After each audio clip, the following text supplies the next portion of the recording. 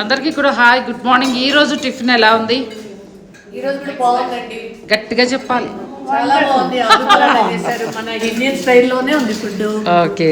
మరీ ఎక్కువ స్పైసీ లేకుండా బాగుంది. నైట్ ఏమనిపించింది? టిఫిన్ అంతా బాగుందా నైట్?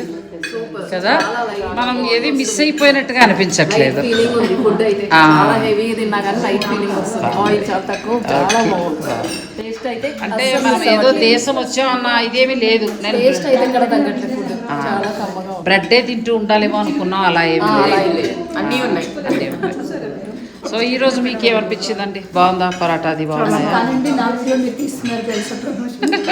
తీసుకొచ్చిందారు నువ్వే కాబట్టి ఎలా ఉంది నువ్వు చెప్పు ఫస్ట్. ముందు అసలు వచ్చిన వాళ్ళందరూ గుడ్డు, అందరూ బాగా కోఆపరేట్ చేస్తున్నారు, అందరూ మంచిగా ఎంజాయ్ చేస్తున్నారు, అందరూ కలిసిపోయారు. సో నన్నే వాళ్ళు చూసుకుంటున్నారు. నా ఫ్రెండ్ కూడా, మనం ఫోటో చూసిన తర్వాత నా ఫ్రెండ్ ఆవిడ టూర్స్ వేస్తూ ఉంటారు. ఆవిడ కూడా నల్లకుంట్లో ఉంటారు.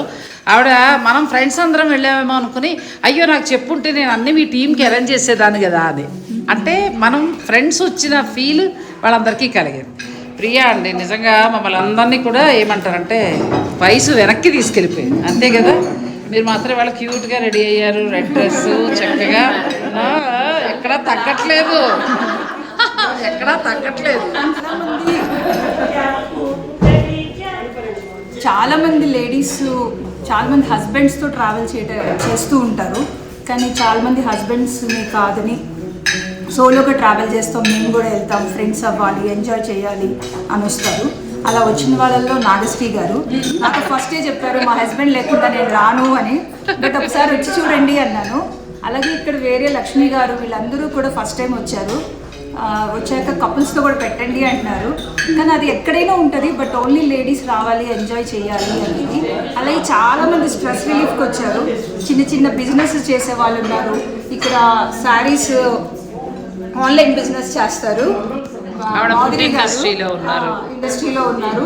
అందరూ వర్కింగ్ వాళ్ళు కూడా ఉన్నారు ఇక్కడ. బట్ అందరూ స్ట్రెస్ రిలీఫ్ అవ్వడానికి వచ్చారు. అందరూ చాలా బాగా ఎంజాయ్ చేస్తున్నారు. సుధా ఎలా ఉంది? మీకు ఎలా అనిపించిందండి? ఓ ఇవాళ పరాటాలో చట్నీ కదా? ఓ మసాలా ఆమ్లెట్ ఎలా ఉంది? టేస్ట్ బాగుంది, చాలా తక్కువ ఆయిల్ ఉంది, కంఫర్ట్ ఉంది. కంఫర్ట్. మీరిద్దరు సైలెంట్గా ఉన్నారు, చక్కగా ఎంజాయ్ చేసేస్తున్నారు. ఫుడ్ ఎంజాయ్ చేస్తున్నారు. సో అందరం అండి బ్రేక్ఫాస్ట్ రెడీగా ఉన్నాము, మంచి ఫ్రెండ్స్ అయిపోయాం. సాధారణంగా నాకు ఇంకొక ఫ్రెండ్ కూడా మెసేజ్ పెట్టారు, ఏంటంటే ఆడవాళ్ళు అందరూ వెళ్ళారు కదా, ఎలా ఉంది మరి, పర్వాలేదా అని. అంటే కొట్టుకుంటాం కదా, ఏదో ఒకటి వస్తుంది కదా. అస్సలు సమస్య లేదు, ఈ ట్రిప్కి ఎక్కడా తగ్గట్లేదు అని చెప్పా. ఈరోజు మేము థర్డ్ డే అంతే కదా? మూడో రోజు మనం ఎక్కడికి వెళ్తున్నాం ప్రియా? ఈరోజు పునాకా విత్ గైడ్.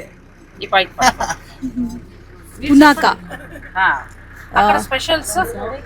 పునాకాలో ఈరోజు సస్పెన్షన్ బ్రిడ్జ్ చూస్తాము, అలాగే stupa 108 stupa and fertility temple and fort. మన ఫన్నీ గైడ్తో కదా, ఫన్నీ కూడా కాదులే, బాగా సినిమాలకి బాగా మ్యాచ్ అవుతాడు. Punakha special. Punaka. Special. Itself is a special. Name itself. So today we will be almost having nearly less than a 6 hours drive in the car, including all the stops and sightseeing on the way. So yes. Weather cool. Weather cool. Yes. To get to Punaka, we have to first climb 40 minutes up to 3,110 meters above the sea level, and then so ఇప్పుడు మేము పునాకా బయలుదేరుతున్నామండి. భూటాన్లో చూడవలసిన ప్రదేశం Punakha. So ఇక్కడ నుంచి journey time so 3 hours with all the stops and say like sightseeing and washroom and yeah. So including it is like nearly 6 hours drive. And also Punaka is like warmer place in Bhutan. It is 1,300 meters above the sea level, whereas Thimphu and Paro it is like 2,200 to 250 meters. Punaka is also known as the land where we grow rice or paddy field twice a year, whereas other districts like Paro, Thimphu we produce just once a year. Okay. So having growing twice rice in Punakha is one specialty about Punakha. Okay thank you so ఇప్పుడు బయలుదేరామంటే అందరం కూడా అందరూ ఫ్రెష్గా ready అయిపోయారు. మామూలుగా కూడా కాదు, అసలు గ్లో వచ్చేసారు. ఒక్కొక్కళ్ళు రిలాక్స్ అయిపోయారు, స్ట్రెస్సులు తగ్గిపోయాయి. నువ్వేంటి సుధా ఇంత మంచి డ్రెస్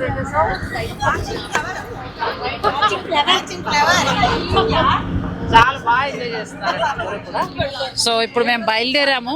ఇక్కడ నుంచి పునాక అనే ప్లేస్లో చాలా స్పెషల్స్ ఉన్నాయి. అవన్నీ కూడా నేను ఈ రోజు వీడియోలో మీకు అందిస్తాను. రోజు థర్డ్ డే అందరము పునాక వెళ్తున్నాము. ఒక 3 hours జర్నీ. సో ఫస్ట్ మనము 108 స్తూపాస్ ప్లేస్కి వెళ్తాము. తర్వాత ఫెర్టిలిటీ టెంపుల్కి వెళ్తాము. Next fort and suspension bridge. These 4 places ఈరోజు కవర్ చేస్తాము. అందరూ షాలు స్వెటరు అయితే పెట్టుకోండి. రివర్ రాఫ్టింగ్ అయితే లేదు, even though we didn't mention in the itinerary. So అలాంటి risky places ladies on the గోలో వద్దు, అందుకనే. సో మిగతా ప్లేసెస్ అన్ని మనం కవర్ చేద్దాము. భూటాన్ దేశానికి వెళ్ళిన పర్యాటకులు తప్పనిసరిగా విజిట్ చేయాల్సిన ప్రదేశం పునాక. ఇది అతి పురాతనమైన సిటీ అండి. 1955 వరకు కూడా దేశ రాజధానిగా ఉంది. ప్రస్తుత రాజధానిగా ఉన్న థింపూ నుండి 72 కిలోమీటర్ల దూరం ఉంటుంది. సుమారు 3 గంటల ప్రయాణ సమయం పడుతుంది. కొండల్లోంచి చాలా చక్కగా లోయల్లోంచి వెడుతూ ఉంటుంది ఈ ప్రయాణం. ఇక్కడ ఎక్కువగా వరి సాగు, రివర్ రాఫ్టింగ్, ట్రెక్కింగ్ వంటివన్నీ కూడా మనకి స్పెషల్ అట్రాక్షన్గా చెప్పచ్చు. ఈ లోయని భూటాన్ ధాన్యాగారం అని కూడా పిలుస్తారు. ఇక్కడ చూడాల్సిన స్పెషల్ ఏంటంటే పునాకాలో ఉన్న ఫెర్టిలిటీ టెంపుల్, సస్పెన్షన్ బ్రిడ్జ్. ఈరోజు మేము అవి చూడటానికే వెడుతున్నాం. మేము 1 గంట ప్రయాణం చేసిన తర్వాత మొదటగా చేరుకున్న ప్రదేశం దోచులా పాస్. దోచులా పాస్ దగ్గర మెమోరియల్ చోర్టన్స్ అనేవి ఉంటాయి. చోర్టన్లు బౌద్ధ సంస్కృతిలో ముఖ్యమైన స్మారక చిహ్నాలు అని చెప్తారు. ఇవి ఏంటి అని అంటే ఇక్కడ సైనికుల జ్ఞాపకార్థం 108 స్తూపాలని వారు నిర్మించడం జరిగింది. 108 అనేది వారు చాలా ప్రాముఖ్యతనిస్తారు. 108 సంఖ్యకు 108 ప్రదక్షిణలు చేస్తారు. చేతిలో ఉన్న జపమాలలో 108 పూసలు ఉంటాయి. అవి లెక్క పెడుతూ 108 సార్లు దైవనామం చేస్తూ ఉంటారు. సో ఆ 108 అనేది మనకి భూటాన్ మొత్తం ఎక్కడ తిరిగినా కూడా ఏదో రూపంలో మనకు కనిపిస్తూనే ఉంటుంది. ఇక్కడ ఏంటంటే రహదారికి ఇరువైపులా రంగురంగుల జెండాలు, అలాగే మంచుతో కప్పబడిపోయిన గంభీరమైన హిమాలయాలు అద్భుతంగా కనిపిస్తూ ఉంటాయండి. దోచులా పాస్ అనేది నిజంగా ఒక మరపురాని అనుభవం. మనం ఇక్కడ కాలినడకన తిరిగినా, కారులో ప్రయాణించినా కూడా ఒక క్షణం అద్భుతానికి గురవుతాం. అంటే అద్భుతమైన అందాన్ని చూస్తున్న అనుభూతిని మనం చెందుతాం. ఇక్కడ ఈ 108 స్తూపాల దగ్గరే పర్యాటకులు చాలాసేపు గడుపుతారు. ఇక్కడ వెదర్ ఏంటంటే ఎక్కువగా శీతాకాలం సందర్శిస్తే మాత్రం చాలా చలిగా ఉంటుందండి. అయితే ఆ చలిని ఆస్వాదిస్తూ కూడా టూరిస్టులు బాగా రావడం అనేది జరుగుతుంది. సెప్టెంబర్ నుంచి ఫిబ్రవరి మధ్యకాలం చాలా బాగుంటుందని చెప్తారు. ఎత్తైన ప్రదేశంలో ఉండడం వలన దోచులా కనుమలు సాధారణంగా ఏడాది పొడవునా కూడా చల్లటి ఉష్ణోగ్రతలు ఉంటాయి. మేము ఉన్నప్పుడు కూడా చాలా చల్లగుంది. ఆ మబ్బులన్నీ కూడా మా ముఖానికి తగులుతూ చిరుజల్లులు చాలా అద్భుతం అండి. ఇంకా అయితే కనిష్ట ఉష్ణోగ్రత 5 డిగ్రీల సెల్సియస్ వరకు కూడా శీతాకాలంలో పడిపోతూ ఉంటుంది. ఇక మనకి మామూలుగా గరిష్ట ఉష్ణోగ్రతలు చూసుకుంటే 10 నుంచి 12 డిగ్రీల సెల్సియస్ వరకు కూడా ఉంటాయి. కాబట్టి ఇక్కడ ఎక్కువగా మనం పొగమంచు, కొంచెం మసగ్గా ఉండడం పగల సమయాల్లో కూడా చూడొచ్చు. ఇక హిమాలయాలు దూరంగా మనకి కనిపిస్తూ ఉంటాయి. ఈ ప్రదేశాన్ని చూడ్డానికి టూరిస్టులు చాలా ఆసక్తిని చూపిస్తారు. థింపూ నుంచి ఈ ప్లేస్కి చేరుకోవడానికి 45 నిమిషాల నుంచి 2 గంటల సమయం పట్టచ్చు. అంటే ట్రాఫిక్ అది ఇవి లేకపోతే మాత్రం మనం 45 నిమిషాల్లో వెళ్ళిపోతాం, మధ్యలో ఆగకపోతే. మధ్యలో దారంతా ఏంటంటే మనకి లోయలు, మబ్బులు అన్నీ కనిపిస్తూ ఉంటాయి కదా, ఖచ్చితంగా ఆగుతాం, ఫొటోస్ అవి తీసుకుంటాం. అలాంటప్పుడు మనకి 1.5 గంటల సమయం పడుతుంది. దోచులా పాస్ అనేది తప్పకుండా చూడవలసిన ప్రదేశం అండి. 2023 డిసెంబర్లో దక్షిణ భూటాన్లో భారత తిరుగుబాటుదారులతో జరిగిన యుద్ధంలో ప్రాణాలు కోల్పోయిన భూటాన్ సైనికుల జ్ఞాపకార్థం ఈ స్తూపాల్ని నిర్మించారు. ఈ స్తూపాల్ని భూటాన్ క్వీన్ మదర్ ఆషీ డోర్జీ వాంగ్చుక్ నిర్మించారు అని చెప్తారు. ఇది రాజధాని థింపూ నుండి పునాక వెళ్లే మార్గంలో ఉంటుంది. సముద్ర మట్టానికి సుమారుగా 3100 మీటర్లు, అంటే 10,000 అడుగుల కంటే ఎక్కువగా ఉంటుంది. ఇక్కడ నుండి మనం హిమాలయ పర్వత శ్రేణుల్ని మనం చూడొచ్చు. అలాగే ఇక్కడ ఫొటోస్ తీసుకోవడానికి కానీ చాలా బాగుంటుందండి. చాలా అందమైన ప్రదేశం. అలాగే ఇక్కడ మనం కాఫీ, టీ లాంటివి రెస్ట్ రూమ్స్ ఇవన్నీ కూడా బాగుంటాయి. ఇక భూటాన్ సందర్శించే యాత్రికులైతే ఇక్కడ ఎక్కువసేపు ఉండిపోవడానికి ఆసక్తిని చూపిస్తారు. వెదర్ బాగుంటుంది, చూడ్డానికి చాలా అందంగా ఉంటుంది.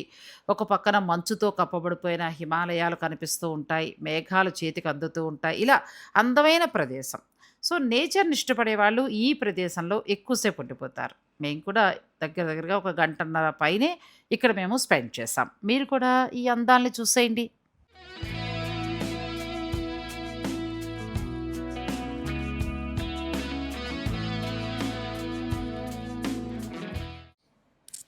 నాథులా పాస్ నుంచి సుమారు ఒక గంటన్నర ప్రయాణం చేసిన తర్వాత మేము పునాఖాకి చేరుకున్నామండి. ఫస్ట్ మేము చూసేది ఏంటంటే ఫెర్టిలిటీ టెంపుల్, సంతాన దేవాలయం. అయితే ఇది పునాఖా సిటీలో లేదు కానీ కొంచెం లోపలికి వెళ్ళాల్సింది. ఒక పల్లెటూరులా ఉంది, చుట్టూ వరి పొలాలు, అలా బాగుంది ప్రదేశం అంతా.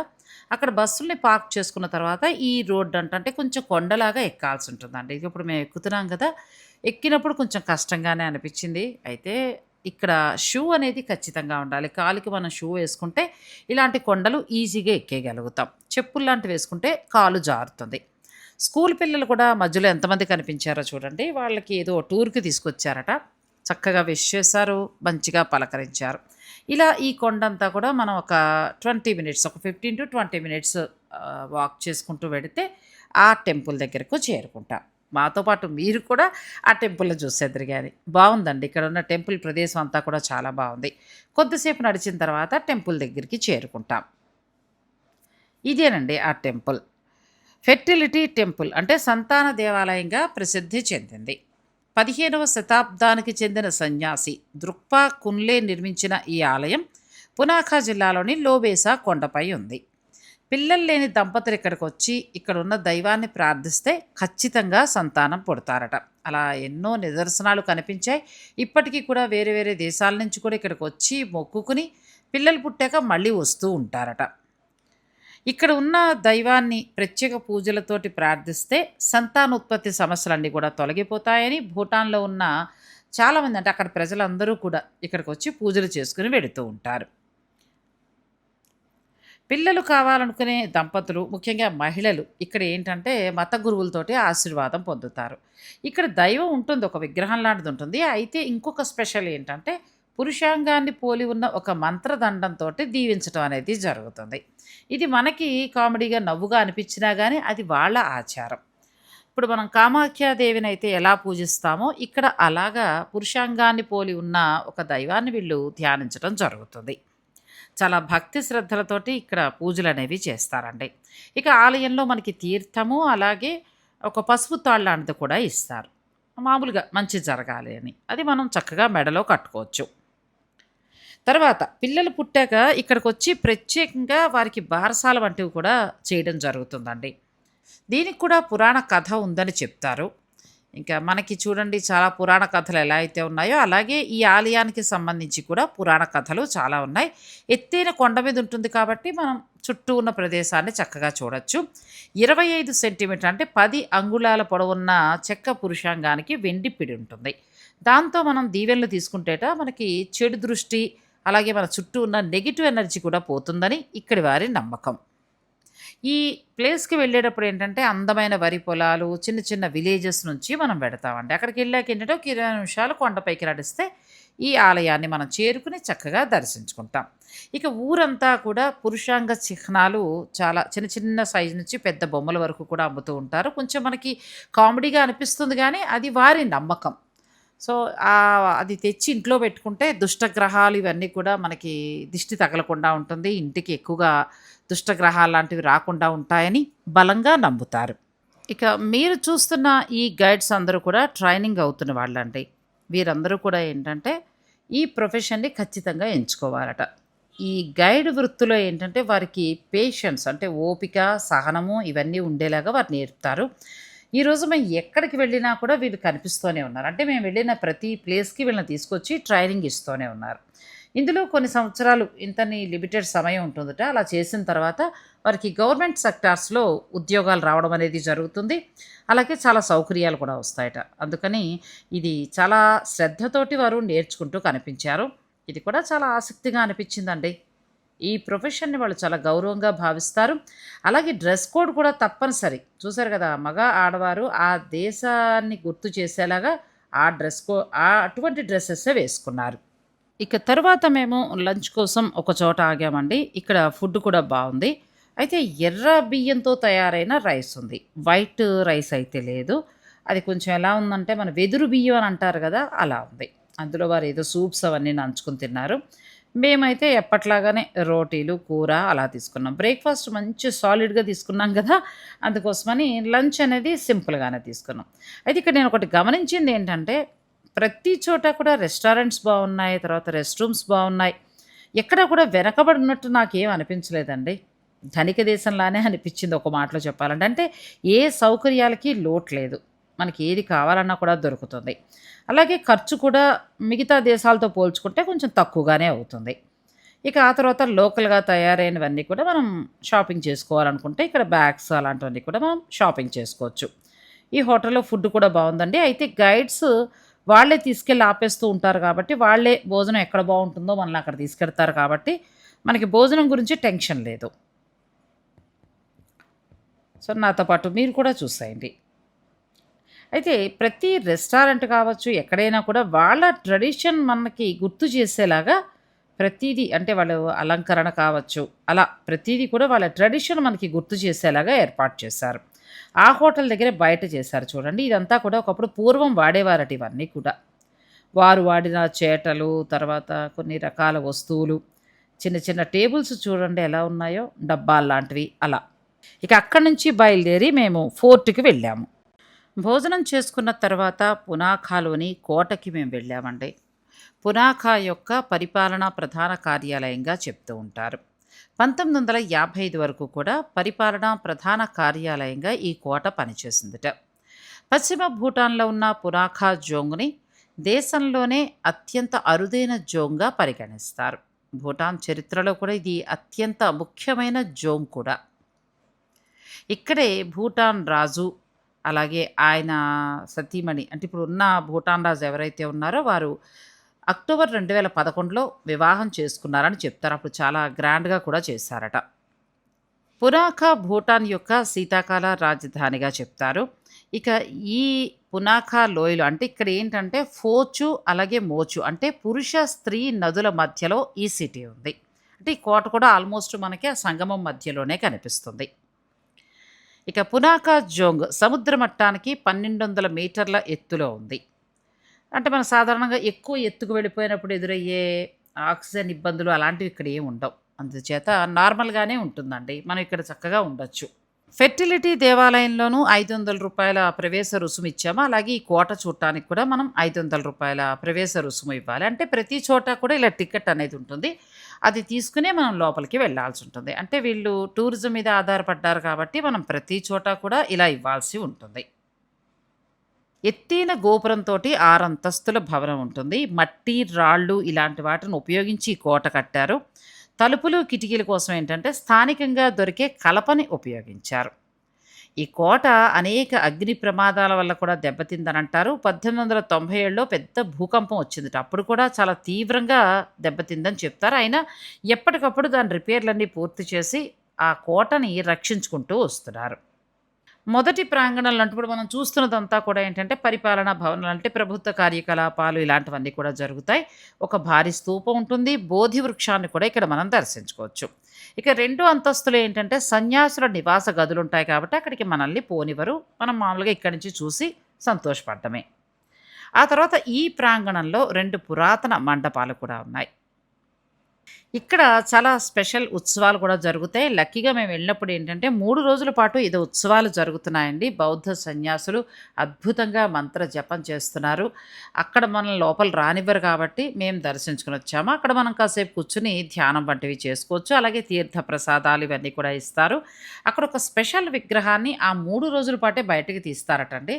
అదృష్టం మాది. మేము చక్కగా ఆ విగ్రహాన్ని కూడా దర్శించుకుని అక్కడ కాసేపు మేము కూడా ప్రార్థన చేసుకుని, అంటే ప్రార్థన అంటే మనకు నచ్చినట్టుగా మన దైవాన్గా భావిస్తూ ప్రార్థించుకుని అక్కడ మత గురువుల ఆశీస్సులు తీసుకుని బయటకు వచ్చామండి. బయటకు వచ్చిన తర్వాత ఏంటంటే మనం ఎన్ని ఫొటోస్ అని చక్కగా తీసుకోవచ్చు, ఎంతసేపు అయినా గడపచ్చు. చాలా అందమైన ప్లేస్ అండి కోట, చాలా బాగుంటుంది. ఇక్కడ ఎక్కువ సమయం అంటే ఒక 2-3 అవర్స్ గడిపితే మొత్తం చూడొచ్చు. అయితే మేము ఒక 1.5 అవర్ 1 అవర్ అలా ఉన్నాము, చీకటి పడిపోతుందని. సో చాలామంది ఏంటంటే టైం తీసుకుని చూస్తూ ఉంటారు కాబట్టి ఎక్కువ సమయం తీసుకుని మీరు చూస్తే భూటాన్ వాళ్ళ యొక్క సంస్కృతి సంప్రదాయాలు, ఆ రోజుల నాటి కోటలో ఉన్న ప్రత్యేకతలు ఇవన్నీ కూడా తెలుసుకోవచ్చు. అంతేకాదు భూటాన్ మొట్టమొదటి రాజు పట్టాభిషేకం కూడా ఇక్కడే జరిగిందటండి. అంటే భూటాన్కి పెడితే మనం ఆ రోజుల నాటి రాజులు, రాజరిక పరిపాలన ఇవన్నీ కూడా చక్కగా చూడొచ్చు. There was a practice that every person from one household has to come and do a work as a paying of taxes. So that is why the fortress is being built within 2 years. When there is more labor, ज़्यादा आदमी होने से काम जल्दी हो जाता था. Secondly, the bridge which we crossed, under the bridge, what we assume, we believe is there is a lake, and every lake is being guarded by a mermaid. She also have a supernatural power, and then from her side, what she contributed is like she carried on the work at night when human go for rest. So combination of two powers, the mankind and the mermaid, make the work very easier. Mermaid is in English. Serpent also we call it serpent. Yeah. Mermaid is fish. Half of the body. Now see, Punakha is also known as the seat of where the monarch has started.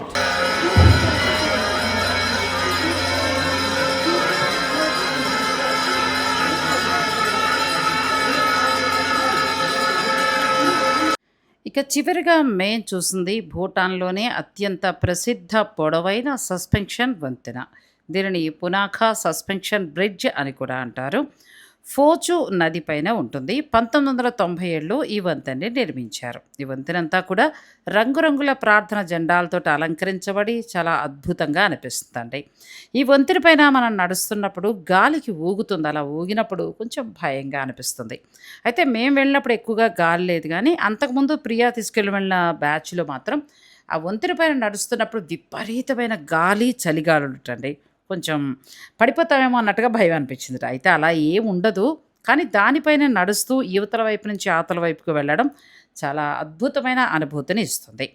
ఈ వంతెన ఉన్న ప్రాంతం అంతా కూడా ఏంటంటే photos తీసుకోవడానికి, అలాగే video కావాలనుకునేవారు డాక్యుమెంటరీస్కి ఇక్కడి నుంచి తీసుకుంటే చాలా వ్యూ పాయింట్స్ బాగుండి చాలా అందంగా కూడా వస్తుందండి. ఒక మాటలో చెప్పాలంటే పర్యాటకులకి, ఫోటోగ్రఫీ ప్రేమికులకి ఇదొక స్పెషల్ ప్లేస్ అని చెప్పచ్చు. సో ఇలా మా టూర్ అంతా కూడా చక్కగా సాగిందండి.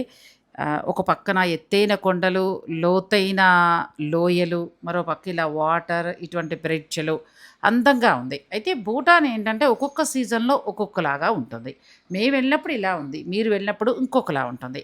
నేచర్ని ఇష్టపడే వారికి, ప్రశాంతంగా ఉండాలనుకునే వారికి ఇది బెస్ట్ ప్లేస్ అని నేను చెప్పగలను. అలాగే ప్రపంచంలోనే అత్యంత సంతోషంగా ఉన్నవారు ఎవరైనా ఉన్నారంటే భూటాన్లోని వారే అని చెప్తారు. సంతోషంగా ఎందుకు ఉన్నారనడానికి వాళ్ళకి చాలా కారణాలు ఉన్నాయి. సంతోషంగా ఎందుకు లేము అనడానికి మనకి కూడా అన్నే కారణాలు ఉన్నాయి. సంతోషంగా ఉండాలంటే ఉన్నదాంతోటి మనం తృప్తి చెందడమే. పంచభూతాలని గౌరవిస్తూ ఉన్నదానితోటి సంతోషంగా బతుకుతూ హాయిగా జీవనాన్ని గడిపేస్తున్నారు. ఎంత బాగుందో కదండి. ఆ దేశం యొక్క మంచి లక్షణాల్ని అలవర్చుకోవడానికి ఒక్కసారి మనం విజిట్ చేయొచ్చు. రేపు ఇంకా తిరుగు ప్రయాణం, ఆ విశేషాలన్నీ కూడా మీకు నేను స్పెషల్గా అందిస్తాను. వీడియోస్ని ఆదరిస్తున్న మీ అందరికీ కూడా thank you so much. Thanks for watching. Please like, share and subscribe.